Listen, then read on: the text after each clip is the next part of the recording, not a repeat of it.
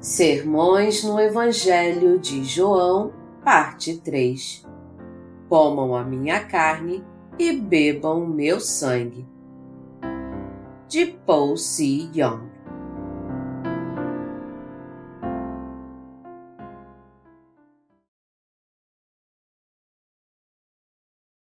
Do que adiantam esses poucos pães e esses poucos peixes para tantas pessoas? João 6, de 1 a 15. Depois destas coisas, atravessou Jesus o mar da Galileia, que é o de Tiberíades. Seguia-o numerosa multidão, porque tinham visto os sinais que ele fazia na cura dos enfermos. Então, subiu Jesus ao monte e assentou-se ali com os seus discípulos. Ora, a Páscoa, festa dos judeus, estava próxima. Então Jesus, erguendo os olhos e vendo que grande multidão vinha ter com ele, disse a Filipe: Onde compraremos pães para lhes dar a comer? Mas dizia isto para o experimentar, porque ele bem sabia o que estava para fazer. Respondeu-lhe Filipe: Não lhes bastariam 200 denários de pão para receber cada um seu pedaço. Um de seus discípulos, chamado André, irmão de Simão Pedro, informou a Jesus: Está aí um rapaz que tem 5 pães de cevada e 2 peixinhos. Mas isto que é para tanta gente? Disse Jesus: Fazei o povo assentar-se, pois havia naquele lugar muita relva. Assentaram-se, pois, os homens em número de quase 5.000. Então Jesus tomou os pães e, tendo dado graças, distribuiu-os entre eles. E também igualmente os peixes, quanto queriam. E quando já estavam fartos, disse Jesus aos seus discípulos: Recolhei os pedaços que sobraram, para que nada se perca. Assim, pois, o fizeram e encheram 12 cestos de pedaços dos 5 pães de cevada que sobraram aos que haviam comido. Vendo, pois, os homens o sinal que Jesus fizera, disseram: Este é verdadeiramente o profeta que devia vir ao mundo. Sabendo, pois, Jesus que estavam para vir com o intuito de arrebatá-lo para o proclamarem rei, retirou-se novamente sozinho para o monte. Todo o capítulo 6 de João fala sobre o pão da vida. Está escrito na passagem acima que quando Jesus atravessou o mar da Galileia, uma grande multidão o seguiu. E a razão pela qual as pessoas seguiam Jesus era para ver os sinais que ele realizava curando os enfermos. Quando Jesus subiu no monte e lá sentou com seus discípulos, ele viu uma grande multidão vindo em sua direção e disse a Filipe: Onde compraremos pães para lhes dar a comer? E Filipe respondeu: Não lhes bastariam 200 denários de pão para receber cada um o seu pedaço.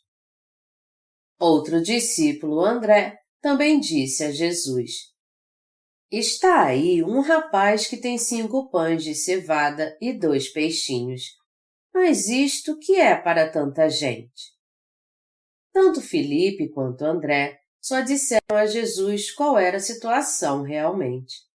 Mas Jesus disse aos discípulos para fazer com que todas as pessoas sentassem na grama. Ele, então, pegou os 5 pães e 2 peixes que o menino levou, os abençoou e os distribuiu a todos que estavam sentados. Mais de 5.000 homens comeram pão e peixe naquela ocasião, sem contar as mulheres e as crianças. Mateus 14, 21 e Marcos 6, 44. Por causa deste milagre, as pessoas que estavam naquele lugar tentaram fazer de Jesus o seu rei. O povo de Israel estava sob o domínio de Roma naquela época, e mesmo cultivando a terra, eles tinham muito pouco para sobreviver, pois a maioria da colheita era para pagar os impostos do Império Romano. Por isso que foi algo muito normal eles tentarem fazer de Jesus o seu rei. Já que eles mal tinham o que comer, não havia dinheiro também para que eles tratassem das suas enfermidades. E foi por isso que eles seguiam Jesus tão de perto, pois ele curava suas enfermidades e os saciava totalmente. O pão mencionado em João capítulo 6 significa a carne de Jesus. A carne de Jesus significa que ele levou sobre seu corpo os nossos pecados ao ser batizado. Entregou seu corpo para ser crucificado, derramou seu sangue até a morte, ressuscitou dos mortos e assim se tornou nosso verdadeiro Salvador. Ao levar nossos pecados sobre seu corpo de uma vez por todas e ao ser condenado por esses pecados de uma só vez também, Jesus nos salvou perfeitamente de todos os nossos pecados. O corpo de Jesus é o pão da vida e o seu sangue é a verdadeira bebida. Por um lado, a Bíblia pode até parecer nada mais do que o registro histórico do povo de Israel, mas, na verdade, ela é a palavra de Deus que fala do corpo e do sangue de Jesus que Deus nos deu a fim de trazer vida a toda a raça humana. Cada capítulo da Bíblia contém a palavra da vida de que Deus quer nos falar. Então, se alguém tem um entendimento correto do que a Bíblia quer lhe dizer, ele pode ser salvo de todos os seus pecados. André disse a Jesus: "Está aí um rapaz que tem 5 pães de cevada e 2 peixinhos. Mas isto que é para tanta gente?" Os 2 peixes aqui se referem à Igreja de Deus. Como estes peixes, a Igreja de Deus parece muito inexpressiva também por fora. Entretanto, é a Igreja de Deus que agora está pregando o Evangelho da Água e do Espírito a todos nessa terra. Graças ao Evangelho da Água e do Espírito que nós estamos pregando agora, muitas pessoas podem comer a carne de Jesus e beber o seu sangue. Por estarmos pregando este Evangelho a toda a população mundial, que é de mais de 6 bilhões de pessoas, aqueles que creem nele estão recebendo a remissão de pecados.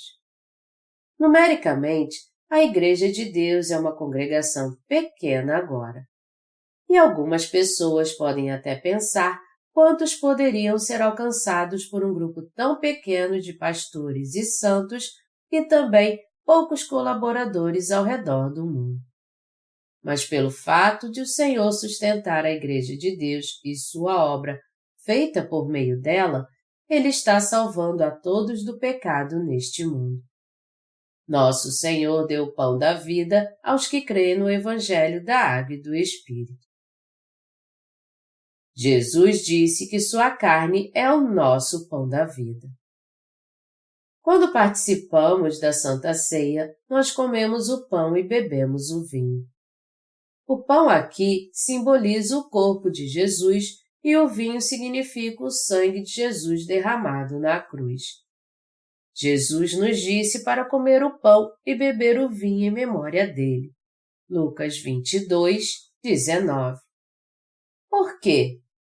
Porque nosso Senhor levou todos os pecados deste mundo ao receber o batismo em seu corpo e derramou seu sangue na cruz por nós. Nossos pecados foram passados para o corpo do nosso Senhor Jesus Cristo quando ele foi batizado. E foi deste modo que eles puderam ser purificados. Quando Jesus nos disse para comer sua carne e beber o seu sangue, ele estava querendo dizer que devemos crer que ele levou sobre si nossos pecados ao ser batizado, derramou seu sangue na cruz ao entregar seu corpo, ressuscitou dos mortos e assim apagou todos os nossos pecados de uma vez por todas. Considerando isso, então, o que teria acontecido se Jesus não tivesse levado nossos pecados sobre seu corpo ao ser batizado? nós jamais poderíamos ser purificados dos nossos pecados. É por isso que recebemos a remissão de pecados pela fé, comendo o corpo de Jesus e bebendo o seu sangue.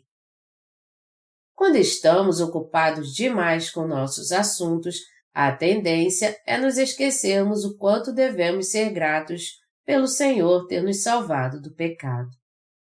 Melhor dizendo, por mais que não tenhamos palavras para sermos gratos ao Senhor por Ele ter nos salvado com seu corpo e seu sangue, quando nossa alma está em trevas, nós ficamos insensíveis à sua graça.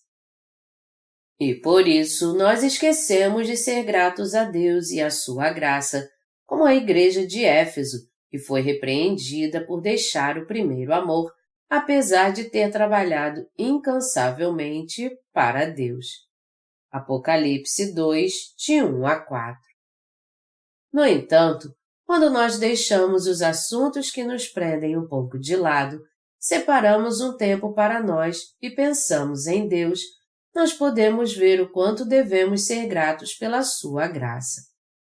Quando eu penso como o Senhor veio a essa terra, como Ele foi batizado para levar sobre si nossos pecados de uma vez por todas, como Ele carregou nossos pecados até a cruz e foi condenado por eles, como Ele morreu e ressuscitou dos mortos, e como Ele fez de mim um homem sem pecado dessa maneira, eu sou tomado de gratidão.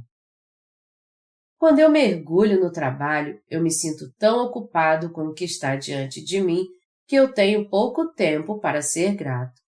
Porém, quando eu busco o Senhor novamente, eu fico muito grato por Ele ter salvado uma pessoa como eu.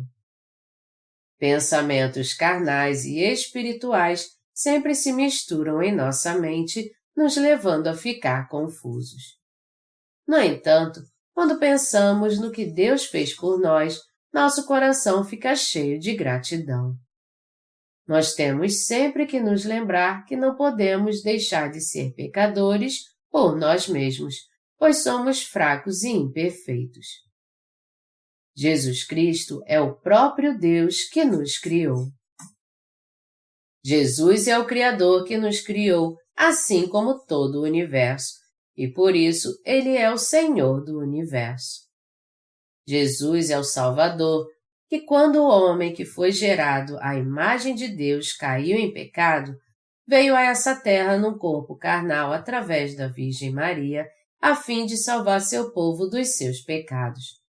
Levou os pecados do mundo ao receber o batismo em seu corpo, foi condenado e morreu na cruz.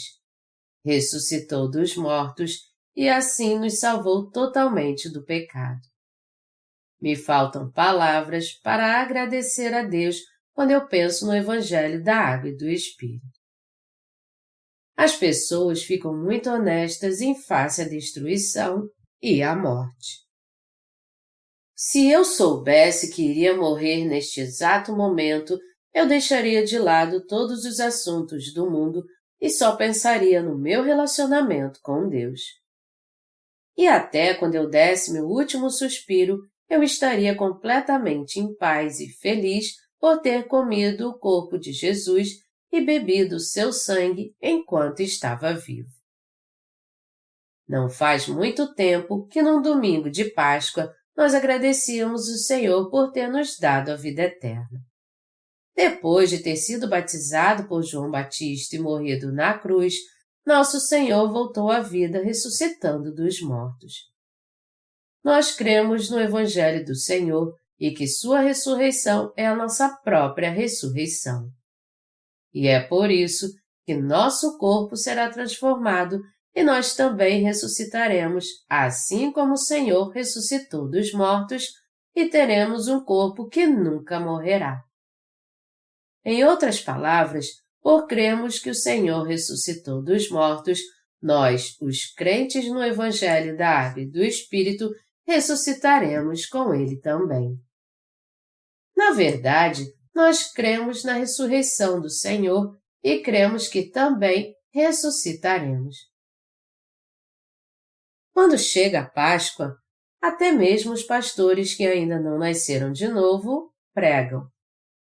Já que Jesus morreu na cruz e saiu do sepulcro, nós também temos que viver tendo esperança na ressurreição. A questão, contudo, é se eles creem realmente na ressurreição de Jesus ou não. Melhor dizendo, eles têm tanta certeza assim que ressuscitarão no último dia? Eles não podem estar tão certos. Mesmo que confessem com seus lábios, sim, eu creio, eles têm dúvida no coração e se perguntam, isso vai acontecer realmente? Antes de nascer de novo, eu não conseguia compreender o significado da ressurreição também. Eu pensava, como foi que Jesus ressuscitou depois de ter morrido? Como pode um homem morto voltar à vida? Todavia, foi totalmente possível ele ressuscitar dos mortos, porque o Senhor, que levou os pecados do mundo com seu batismo, é o próprio Deus Todo-Poderoso. O Senhor disse que assim como ele ressuscitou dos mortos, nós também ressuscitaríamos. Ele nos disse, quem comer minha carne e beber meu sangue, eu o ressuscitarei no último dia. Todos que creem em mim terão a vida eterna. Isso é verdade mesmo. Sempre quando chega a Páscoa, os pregadores que não ainda nasceram de novo falam de coisas irrelevantes, mas nós temos que entender que o Senhor nos deu uma nova vida para que vivêssemos novamente. Temos que crer nisso e ser gratos a Ele de todo o coração. No final, depois de fazermos a obra do Senhor, nós iremos até Ele e estaremos na Sua presença. O que acontecerá a este corpo quando estivermos diante de Deus? Quem crê no Evangelho da Água e do Espírito sabe que viverá novamente. Quem não crê neste Evangelho, contudo, não poderá participar da primeira ressurreição. Apocalipse 20, de 5 a 6. Como é que aqueles que não creem no Evangelho da Água e do Espírito, que não comeram a carne de Jesus e não beberam o seu sangue, podem ter alguma esperança e crer na ressurreição de Jesus e na sua? As pessoas acham impossível crer de coração que ressuscitarão no futuro, justamente porque não sabem que Jesus levou os pecados do mundo sobre o seu corpo ao ser batizado por João Batista, ao derramar seu sangue até a morte na cruz e ao ressuscitar dos mortos. Pelo fato de Jesus ser realmente o próprio Deus, ele pôde nos salvar a todos, vindo a essa terra no corpo de um homem e levar sobre si os seus e os meus pecados de uma vez por todas, ao ser batizado por João Batista, morrer na cruz e ressuscitar dos mortos. Se Jesus fosse apenas um homem, isso teria sido impossível, mas ele fez isso porque era o próprio Deus. Não há nenhum ser humano que é apenas uma das muitas criaturas de Deus que tenha nascido neste mundo sem pecado. Todo ser humano nasceu pecador. Entretanto, pelo fato de Jesus ser o Filho de Deus, por ter sido Ele mesmo quem criou todo o universo com sua palavra e por ser a vontade de Deus nos salvar, Cristo veio a essa terra em obediência à palavra do seu Pai e nos salvou realmente por meio do Evangelho da Água e do Espírito. O Senhor ressuscitou a nós que cremos nessa verdade da morte física e espiritual. E foi isso mesmo que Jesus fez, porque Ele é o nosso Salvador. É por isso que nós temos que ter fé em Deus e uma profunda gratidão em nosso coração. Nós temos que entender e crer que Jesus é Deus. 1 João 5:20. Se Jesus fosse apenas uma criatura, ninguém poderia ser salvo. Vamos supor que alguém muito justo e respeitado neste mundo levasse os seus e os meus pecados e morresse por nós. você e eu poderíamos ser salvos realmente assim? Não, claro que não. Isso porque não há ninguém que não tenha cometido pecado e, portanto, se ele levasse nossos pecados e morresse em nosso lugar, ele não poderia salvar nenhum outro pecador, já que ele mesmo é um pecador. E o próprio Deus Todo-Poderoso veio a essa terra porque só Ele poderia nos salvar do pecado. Por isso que nosso Senhor, que é o próprio Deus, levou os pecados do mundo sobre o seu próprio corpo ao ser batizado, limpando assim nossos pecados. E foi também por Jesus ser o próprio Deus que ele pôde ser condenado pelos nossos pecados e morrer na cruz em nosso lugar. E foi pelo seu poder que ele pôde ressuscitar dos mortos.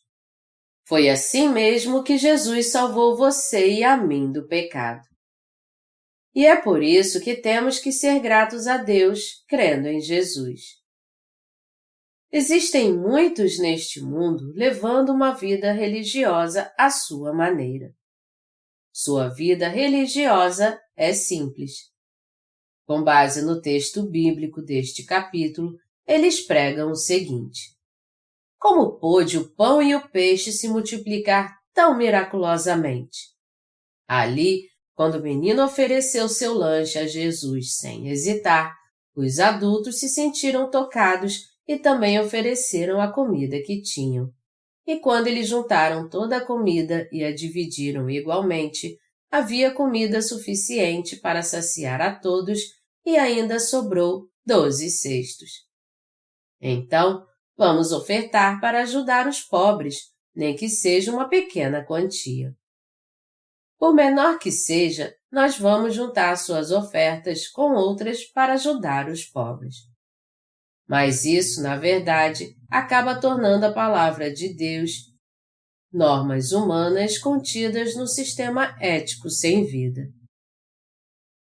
O alimento que aquele menino levava naquela ocasião era apenas 5 pães e 2 peixinhos. E deve ter sido seus pais que deram aquela comida a ele, pois aparentemente eles queriam que ele tivesse alguma coisa para comer quando ele fosse ver Jesus. Mas o menino ofereceu sua comida ao Senhor. O Senhor então a abençoou e fez um milagre com 5 pães e 2 peixes. Por mais que seres humanos como nós abençoem seu alimento, um milagre assim não acontece. Todo aquele cujo coração é reto sabe que isso é impossível. Ao invés de aceitar isso só porque está na Bíblia, imagine você fazendo isso e pense sobre isso novamente. Se você orar pelo seu alimento e disser: Deus, eu te dou graças por este alimento, ele será multiplicado de repente para alimentar todos ao seu redor, a ponto de ainda sobrar 12 cestos cheios? Claro que não. Nós não podemos fazer um milagre assim pelo nosso próprio poder. Só Jesus pode fazer isso. Nós estamos pregando o Evangelho da Verdade no mundo todo agora. Mas existem muitas pessoas neste mundo que estão pregando seu próprio Evangelho. Porém, aqueles que pregam o Evangelho da Água e do Espírito são muito poucos. Não existe nenhum outro Evangelho da Verdade, senão este Evangelho da Água e do Espírito. É neste Evangelho da Água e do Espírito que nós cremos e pregamos. Este Evangelho que você e eu estamos pregando é a palavra de Deus, que é mais do que suficiente para salvar a todos no mundo inteiro. O Evangelho da Água e do Espírito é o Evangelho abençoado e o pão da vida que capacita o homem a ser purificado de todos os seus pecados e a receber uma nova vida. Alguns de nós só ouviram o Evangelho da Água e do Espírito recentemente, enquanto que outros já nasceram de novo há muito tempo por crerem neste Evangelho. Mas todos nós sabemos bem e este Evangelho da Água e do Espírito é o único Evangelho da verdade. O Evangelho da Água e do Espírito é a verdade de que o Senhor purificou todos os nossos pecados com seu batismo e seu sangue na cruz. Nosso Senhor se tornou nosso Salvador ao vir a essa terra, ao levar os pecados do mundo através do seu batismo e ao derramar seu sangue e morrer na cruz.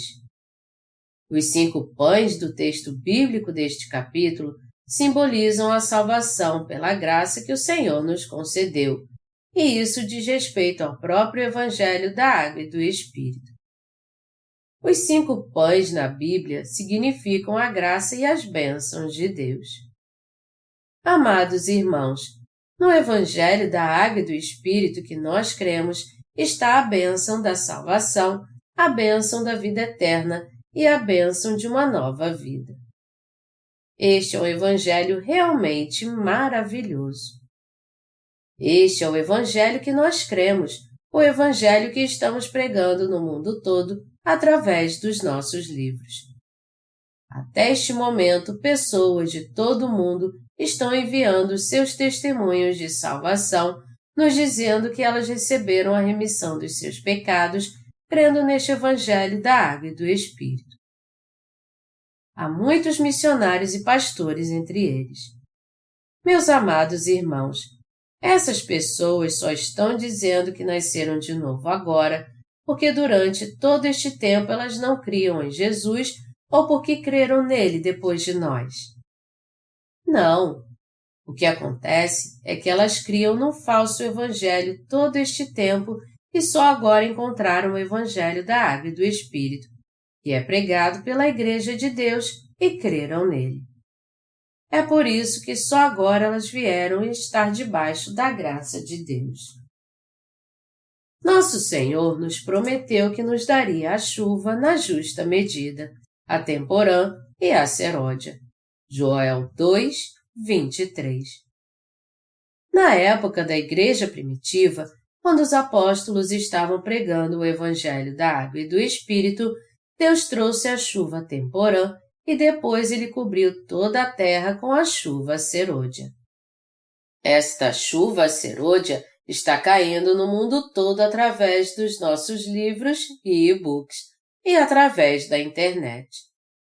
Melhor dizendo, as pessoas estão tendo sua fome e sede saciadas e recebendo a vida, pois estão sendo alimentados por este Evangelho da Água e do Espírito. Quando nosso Senhor veio a essa terra, ele ofereceu seu corpo por nós, para levar sobre ele nossos pecados ao ser batizado, purificar todos eles ao ser condenado na cruz e ao ressuscitar dos mortos. Nós temos que comer o pão da vida que ele nos deu. Aqueles que creem neste Evangelho que Jesus nos deu, ele também deu a salvação e a vida eterna. Nosso Senhor disse: aquele que comer o pão que eu lhe der, jamais terá fome. Ele também disse: aquele, porém, que beber da água que eu lhe der, nunca mais terá sede.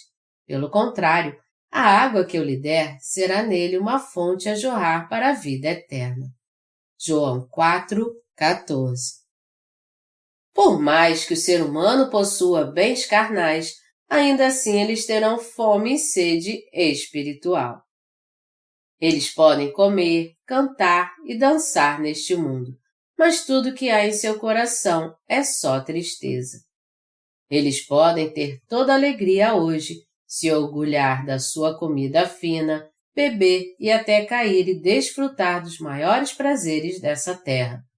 Mas quando acordarem no outro dia, seu coração se sentirá vazio mais uma vez. A realidade da existência humana é que o coração do homem, suas paixões, pensamentos e seu corpo sempre terão uma sede insaciável. Todavia, aqueles que creem em Jesus como seu Salvador terão sempre alegria em seu coração, porque o próprio Senhor levou todos os nossos pecados sobre si ao ser batizado, morrendo na cruz, ressuscitando dos mortos, recebendo toda a condenação pelos nossos pecados e purificando todos eles. Eles são sempre corajosos e gratos a Deus pela sua salvação. Meus amados irmãos, nosso Senhor nos mandou pregar o Evangelho da Água e do Espírito.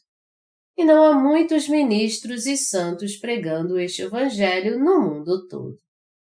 Esse número é tão pequeno quanto a comida daquele menino do texto bíblico deste capítulo. Mesmo assim, sua comida foi suficiente para alimentar todas aquelas pessoas e ainda sobrou. Nada mais do que isso é o poder e a bênção de Deus. Você e eu agora estamos pregando o Evangelho da Água e do Espírito para todos no mundo inteiro. Deus concede as suas bênçãos à Igreja de Deus porque ela crê neste Evangelho e o prega no mundo todo. Por mais que alguém esteja longe de nós, se ele crer neste Evangelho da Água e do Espírito de coração, ele então será purificado dos seus pecados e se tornará um filho de Deus sem pecado realmente. Ele também receberá todas as bênçãos espirituais do céu e não apenas o seu problema com o pecado será resolvido, mas também o seu problema carnal. Nós cremos que quanto mais tivermos fé, mais Deus nos abençoará. Essa obra maravilhosa que vemos na passagem deste capítulo está acontecendo agora também. Portanto, um pastor que prega o Evangelho da Água e do Espírito é de fato um pastor muito competente para Deus. Os santos da Igreja de Deus que pregam o Evangelho da Água e do Espírito são realmente santificados. E essa igreja que proclama o Evangelho da Água e do Espírito é a verdadeira Igreja de Deus. Embora haja muitas igrejas que se autodenominam Igrejas de Deus, a grande questão é se elas pregam ou não o Evangelho da Água e do Espírito. Os que se exaltam por causa do tamanho da sua igreja, do seu número de membros ou da fama dos seus pastores, estão preocupados com coisas inúteis. Por mais que esses pastores sejam famosos ou renomados, tudo o que eles estão fazendo é exaltando seus próprios nomes e ainda sendo pagos para isso. Por maior que sejam os títulos que eles possuem, isto não lhes dá nenhum poder espiritual. E você? Você crê no Evangelho da Água e do Espírito? O Evangelho da Água e do Espírito está oculto como um mistério para que os que não têm o coração puro, mesmo que possam, não consigam vê-lo nem ouvi-lo. Contudo, a Bíblia revela este Evangelho em cada capítulo àqueles que buscam a verdade, a fim de que eles possam encontrá-la. Melhor dizendo, embora os cristãos pecadores falem do Evangelho apenas do sangue da cruz, Deus está sempre falando do Evangelho da Água e do Espírito. Este Evangelho da Água e do Espírito é composto do batismo de Jesus e do seu sangue derramado na cruz. Se Jesus não tivesse sido batizado por João Batista, ele não poderia ter levado nossos pecados e nem seria preciso ser crucificado. Já que só existe o sangue da cruz e a ressurreição de Jesus no Evangelho do cristianismo atual, como é que nós podemos ser purificados dos nossos pecados? Foi porque o Senhor veio a essa terra, levou sobre si todos os pecados do mundo ao ser batizado por João Batista, carregou todos eles até a cruz e foi condenado por eles, que fomos purificados de todos os nossos pecados. Se o Senhor não tivesse sido batizado por João Batista, ele jamais poderia tirar os pecados do mundo. Hoje, exceto pelo Evangelho da Água e do Espírito, todo evangelho composto apenas do sangue da cruz é um evangelho adulterado. E como ele está adulterado?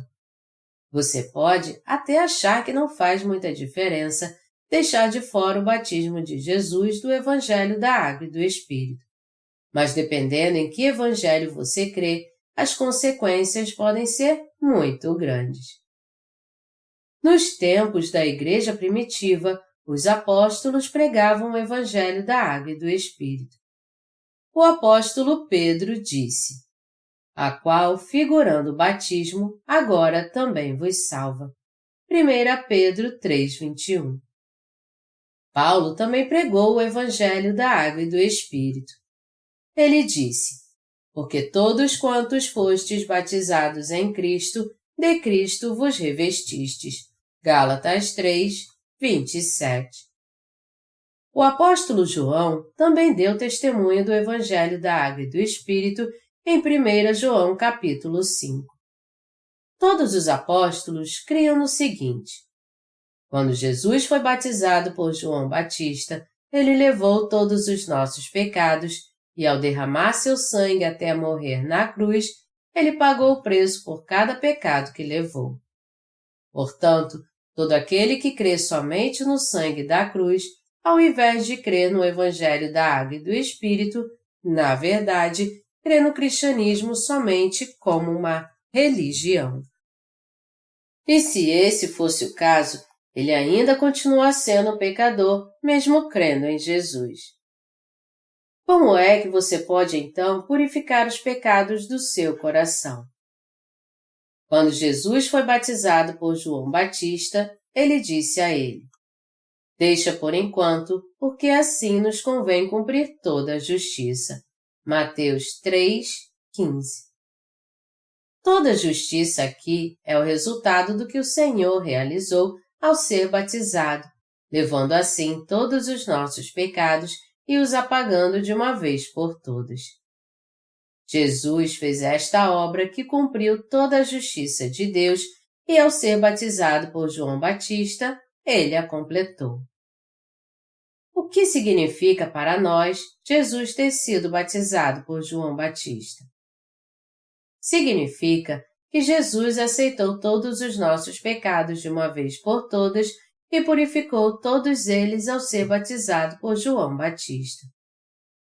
Se ainda há pecado em seu coração e você quer purificá-lo, o que você deve fazer para conseguir isso?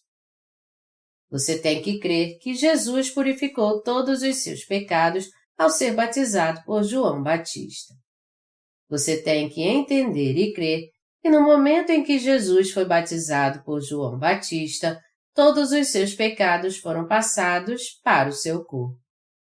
Ao contrário, você jamais será purificado dos seus pecados. Como é que poderíamos purificar nossos pecados por nós mesmos?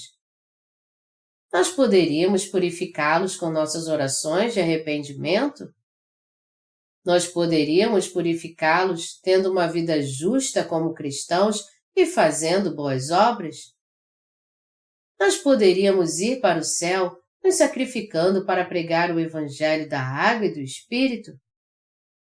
Como diz o hino: "Chorar não vai me salvar, e por mais que eu me derrame em lágrimas, isso não vai acabar com o meu medo, nem pode purificar os meus pecados do passado."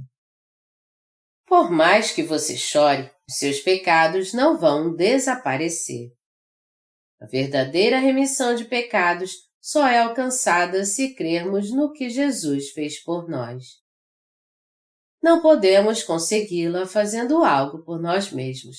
Ao contrário, só somos salvos de todos os nossos pecados quando cremos no Evangelho da Água e do Espírito, que Jesus, por causa do seu amor por nós, veio a essa terra para apagar nossos pecados. E para fazer isso, ele levou sobre si nossos pecados ao ser batizado por João Batista. Que ele morreu na cruz e ressuscitou dos mortos e nos salvou deste modo. Em outras palavras, nós somos salvos ouvindo o Evangelho da Água e do Espírito com nossos ouvidos e crendo nele de coração. Não há ninguém que possa ser salvo por suas boas obras. Se alguém reconhecer a si mesmo de modo correto diante da palavra de Deus, ele pode entender facilmente que irá pecar sua vida toda, desde que nasceu até o dia da sua morte. Agora, se alguém pensa de outro jeito, isso é porque ele está tentando se justificar e se achando tal. Na vida de todo ser humano, os pecados sempre ocorrem em série, um atrás do outro, desde o início até o fim. Como Jesus disse: qualquer que olhar para uma mulher com intenção impura, no coração já adulterou com ela. Mateus 5, 28. Quantos pecados o homem comete em seus pensamentos, com suas palavras, seus olhos e seus atos? Desde o momento em que nascemos, nós dizemos: me dê isso, me dê aquilo. É justamente pelo fato de todos nascermos com pecado no nosso coração que praticamos o mal em nossa vida. Mas isso significa que as pessoas melhoram quando ficam mais velhas? Não, mas ao contrário, elas ficam pior quando envelhecem. Elas cometem ainda mais pecados e amaldiçoam muito mais. Todos são peritos em pecar e ninguém, na verdade, precisa aprender como fazer isso. Quando eu era criança, eu também me achava um bom garoto, obediente aos meus pais e que se comportava bem. Os vizinhos também me tinham em bom conceito, digno de ser premiado por me portar como um bom filho. Então, eu mesmo pensava: eu devo ser muito bom mesmo. Porém, quando eu cresci e cheguei à puberdade, eu comecei a cometer os pecados da minha idade. Eu pequei tanto que ouvi as pessoas dizerem de mim: é isso que sua mãe te ensina? Eu estava enganando a mim mesmo, pensando: eu não sou alguém que cometeria um pecado desse, mas mesmo assim eu cometi. Deve ter sido um erro. Quando eu cresci e comecei a pecar, primeiro fui eu que fiquei surpreso comigo mesmo, depois foram os outros. E eu também fiquei chocado com o pecado das pessoas. Passado algum tempo, quando eu cresci e me tornei um jovem, eu pude entender que o homem é um poço de pecados por natureza. Depois disso, eu tive uma doença muito grave que quase me matou, e essa experiência que quase me levou à morte também me levou a crer em Jesus.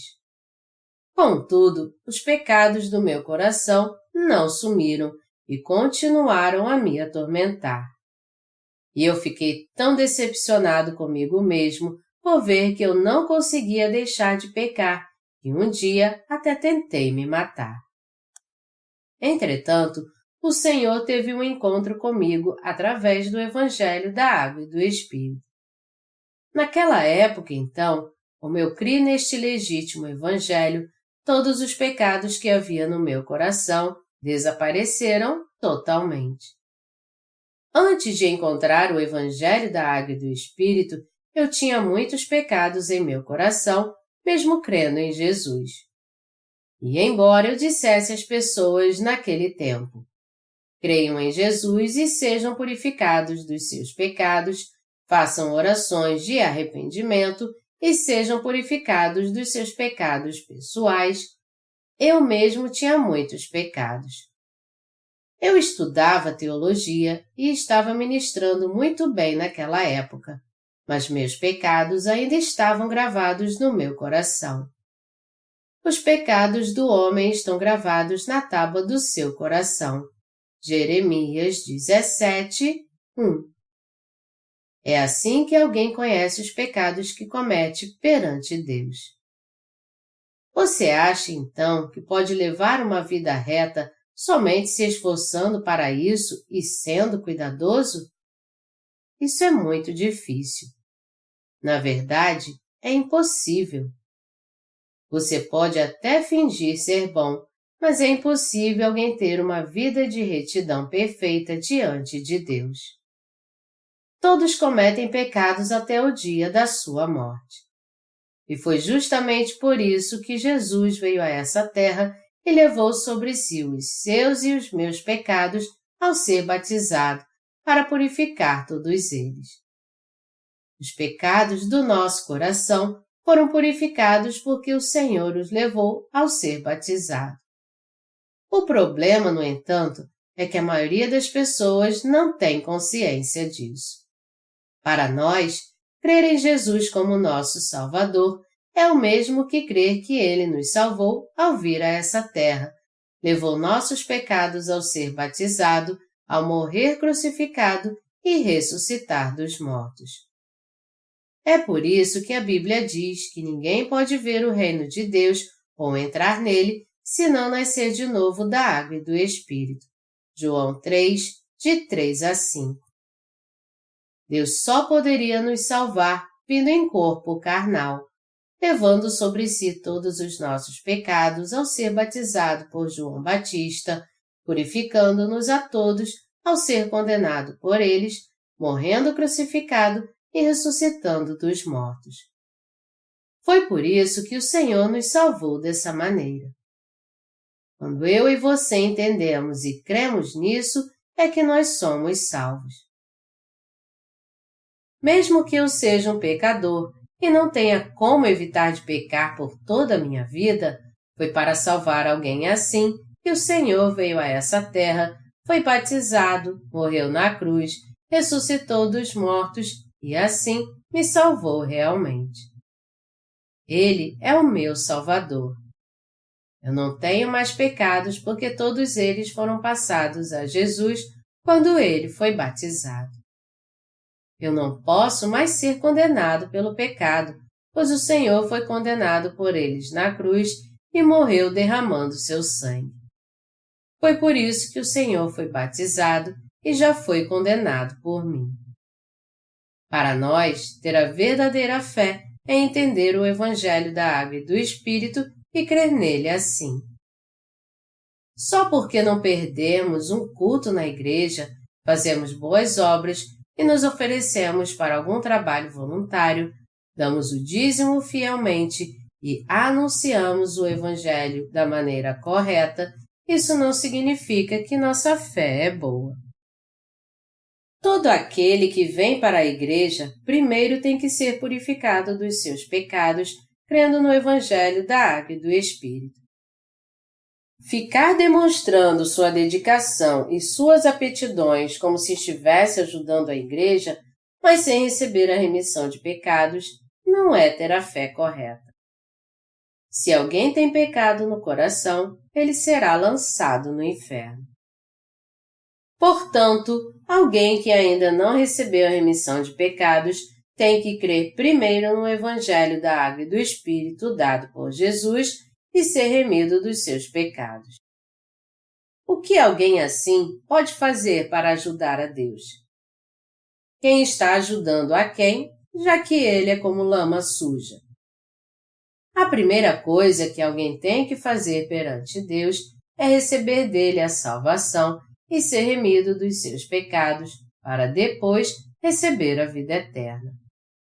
Só depois disso é que ele pode tentar resolver seus problemas físicos e espirituais com a ajuda do Senhor.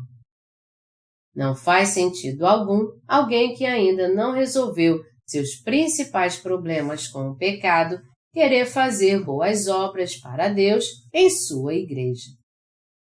O problema com os cristãos hoje em dia é que eles estão tentando ajudar a Deus por conta própria. Isso porque, ao invés de muitas igrejas levarem as pessoas a receber a remissão de seus pecados, elas estão preocupadas somente em aumentar o tamanho de seus templos. Há muitas igrejas neste mundo que parecem palácios. Isso é algo totalmente errado. Amados irmãos, que tipo de igreja é a verdadeira igreja de Deus? Uma igreja não é apenas um templo. A reunião dos santos que creem no Evangelho da Água e do Espírito e anunciam este Evangelho é a verdadeira Igreja de Deus. E mesmo que ela se reúna num templo simples para adorar a Deus, se as pessoas ali de fato conhecem e creem no Evangelho da Água e do Espírito, esse lugar então é uma linda Igreja de Deus. Quando você vem para a Igreja de Deus, ela te oferece sua comunhão, tira as várias dúvidas que há em sua mente sobre a palavra e te guia e ora por você. Mas ela primeiro salva a sua alma. A Igreja de Deus também aconselha os santos sobre problemas carnais, assim como os guia no seu dia a dia. A Igreja de Deus existiria se não houvesse o Evangelho da Água e do Espírito? Não, claro que não. A Igreja de Deus te capacita a comer o corpo de Jesus e a beber o sangue de Jesus por meio do Evangelho da Água e do Espírito. E desta maneira te guia pelo caminho abençoado que te purifica de todos os teus pecados. Que as grandes bênçãos de Deus sejam sobre todos vocês que comem o corpo de Jesus e bebem o seu sangue.